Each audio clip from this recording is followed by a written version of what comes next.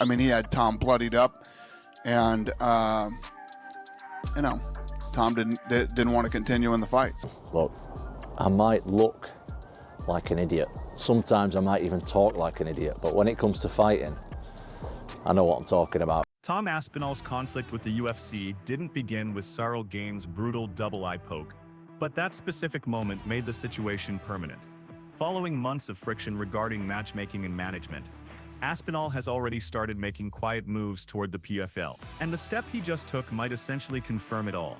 Let's get into the details. Before we plunge deep into the rabbit hole regarding what is happening behind the curtain, before we unpack the layers of controversy, betrayal, and frustration leading to this pivotal moment, we must return to where this saga truly started. We need to discuss what occurred on October 25th, 2025, inside the Etihad Arena in Abu Dhabi, at an event intended to cement Tom Aspinall's legacy as one of the greatest heavyweight champions the UFC has ever produced. UFC 3021 was billed as a clash of philosophies, the explosive wrestling and devastating ground game of Tom Aspinall versus the elite kickboxing and masterful footwork of Cyril Gane. This was Aspinall's first defense of his undisputed heavyweight title, a belt he worked his entire professional career to obtain, and the stakes couldn't have been higher for both athletes inside that octagon. The bout began exactly as most experts had predicted. The opening minutes were fierce, with Gane landing clean strikes that bloodied Aspinall's nose, while Aspinall pressed forward with signature takedown attempts, looking to drag the French striker into deep grappling waters where he knew he held the edge.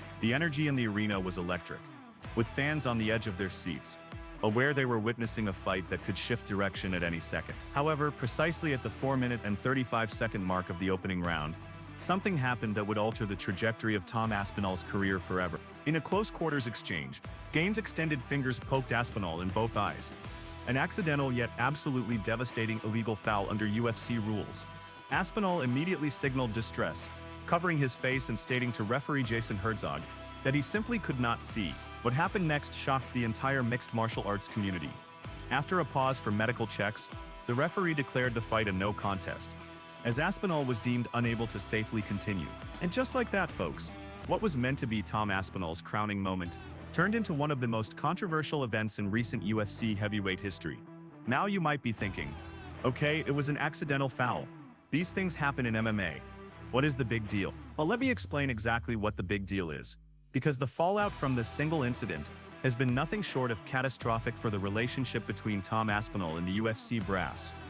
In the immediate aftermath, Aspinall faced heavy criticism from parts of the MMA community. Social media erupted with accusations that he exaggerated the injury, that he lacked the warrior spirit to push through adversity, with countless fans drawing comparisons to past fights where competitors continued despite similar fouls. The criticism was relentless, brutal, and deeply personal. But here is where things took a turn nobody anticipated. Here is where the real... And he had Tom bloodied up, and you know, Tom didn't want to continue in the fight. Those exact words, folks. Those words right there from Dana White himself. Tom didn't want to continue. Not Tom couldn't continue. Not Tom was medically unable to continue. No, Tom didn't want to continue. Do you grasp the implications of what the UFC president was suggesting about his own heavyweight champion? Dana White contributed to this narrative during the post-fight press conference, stating only Tom knows what happened, implying the decision to stop might reflect Aspinall's unwillingness rather than necessity. White later elaborated in interviews, saying, "As far as we know, he doesn't have a detached retina. There's no damage to the eye, based on what he claimed were preliminary ringside assessments." These comments from the most powerful man in MMA poured gasoline on an already raging fire. Some fans began labeling Aspinall a quitter, or suggesting he used the foul as an excuse because Gane had gained early momentum.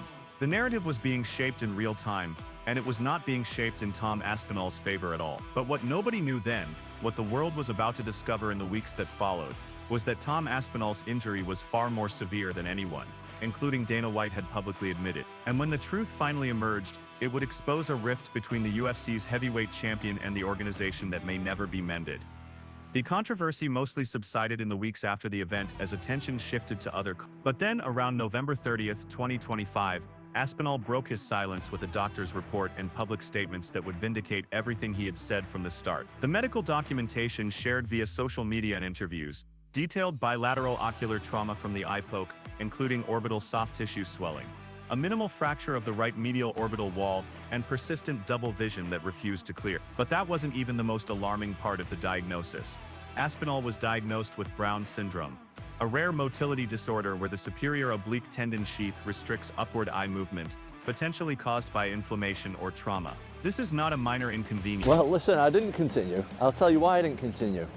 Because I'm not a f***ing dummy. Like, I'm not going to go out there and fight one of the best strikers in the world if I can't see. With double vision. With any eye. Look. Let that sink in for a moment.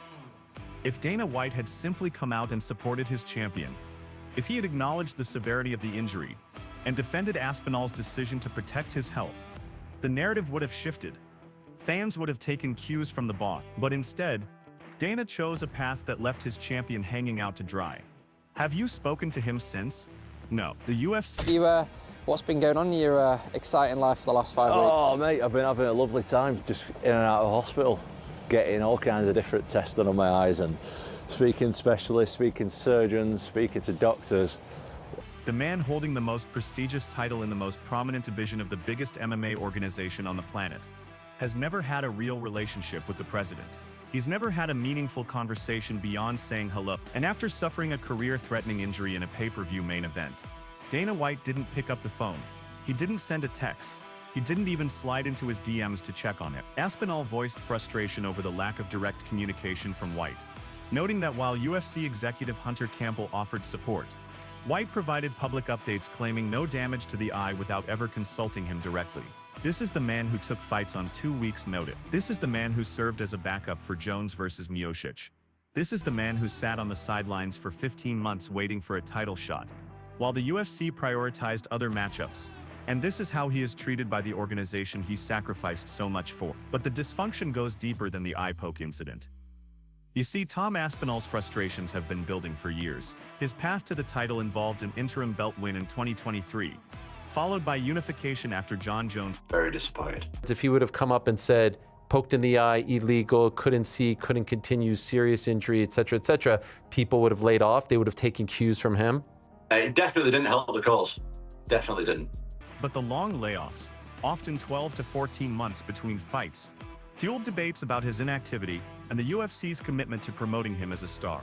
And here's where things get interesting. Here's where we see the financial motivations that might be driving Tom Aspinall toward the exit door and away from the UFC forever.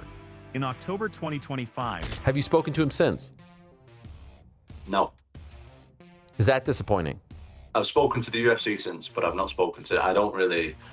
Me and Dana don't really speak like that anyway, so... Ever? No. Ever.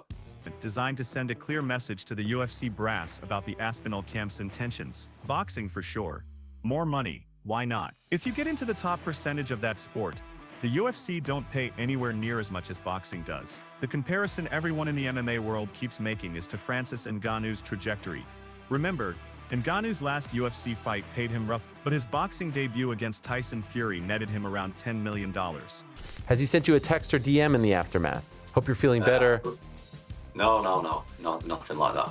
Nothing like that. He actually, like I said, he started giving updates that there was nothing wrong with my eye when that isn't the case. But financial concerns aren't the only thing pushing Aspinall away. There is also the matter of his close friendship with Ante Delija, the former PFL heavyweight champion, who signed with the UFC in June. This friendship has created one of the most unusual situations in recent UFC history that has Dana White fuming. Aspinall has publicly declared he would vacate his title rather than face Delija. On the Shaychek's TSN Gigs podcast in October 2025, Aspinall explained his reasoning. If I'd never won a title, we would have to fight because that's my dream. But now I've done it, I'd be like, I'll vacate it and he can have his time. I wouldn't fight him, that's my gut. Dana White's reaction was characteristically blunt. I hate that. To even think about vacating it, because you don't want to compete against somebody is absolutely insane. Do you see the pattern emerging? Do you see how every interaction between Aspinall and UFC leadership creates more friction, more tension, more reasons for the champion to look elsewhere? The relationship is deteriorating right before our eyes. When Dana White finally addressed the growing tension at the UFC 323 press conference on December 7, 2025, he attempted to walk back some earlier comments, attributing the situation to a misunderstanding and insisting, Never once did I say anything negative about him or in a derogatory way. He clarified his earlier remarks were based on initial reports and affirmed the UFC's involvement in Aspinall's care. But for Tom Aspinall, the damage may already be done. The trust has been broken beyond repair. The relationship has been irreparably damaged by weeks of public criticism and private neglect. And now with just 2 to 3 fights remaining on his contract, the heavyweight champion is actively looking at all options for the future. The PFL connection, and what comes next. Now we arrive at the most explosive part of this story. Now we need to talk about what is really happening behind the scenes, and why the title of this video isn't clickbait. It is the reality of the situation Tom Aspinall finds himself in. You see, while Tom Aspinall remains the UFC heavyweight champion as of December 9th, 2025, with no confirmed departure officially announced, the writing is on the wall for anyone paying attention. The question is no longer if Tom Aspinall will leave the UFC. The question is when and where he will go. Aspinall's connection to the Professional Fighters League is primarily through his long-standing friendship and training partnership with Ante Delija, the 2022 PFL heavyweight champion. Delija won the PFL tournament with TKOs over Matthias Scheffel and Renan Ferreira, plus a decision over Shelton Graves, earning the $1 million prize as the first Croatian PFL champion. Their bond stems from years as training partners at Aspinall BJJ in the UK, where they have pushed each other to become better fighters. Now some of you might say, wait, that doesn't mean Aspinall is going to the PFL. And you're right, it doesn't guarantee anything concrete. But consider the context. Consider the broken relationship with Dana White. Consider the massive financial incentives of boxing. Consider that Aspinall has explicitly stated he would refuse to fight Delija, even if it meant vacating his title. Delija has reciprocated this sentiment publicly, stating he would also refuse to fight Aspinall for the belt. So you're not too happy then on what the president of the organisation is saying towards it? Well, what do you think? Tom didn't want to continue in the fight, so. Look, we all know who is at fault here. What the are you talking about, huh? And off the back of that, Tom, what have the UFC said? Hunter Campbell, who I deal with personally, he's just said if they can help out in any way with doctors and stuff like that, that's what they'll do. Notice how carefully Aspinall chose his words. He didn't say he was committed to the UFC long term. He didn't express excitement about future fights. He simply said they need to focus on his health and cross that bridge when he's feeling better. That isn't the language of a champion fully invested in his promotion's future. That is the language of someone keeping his options wide open. The broader implications raise questions about fighter autonomy, divisional dynamics, and the balance between personal relationships and professional obligations. With Delija's ranking and Aspinall's status, a matchup could theoretically arise if both keep winning, but Aspinall has made it clear he will never let that happen. So where does this leave us?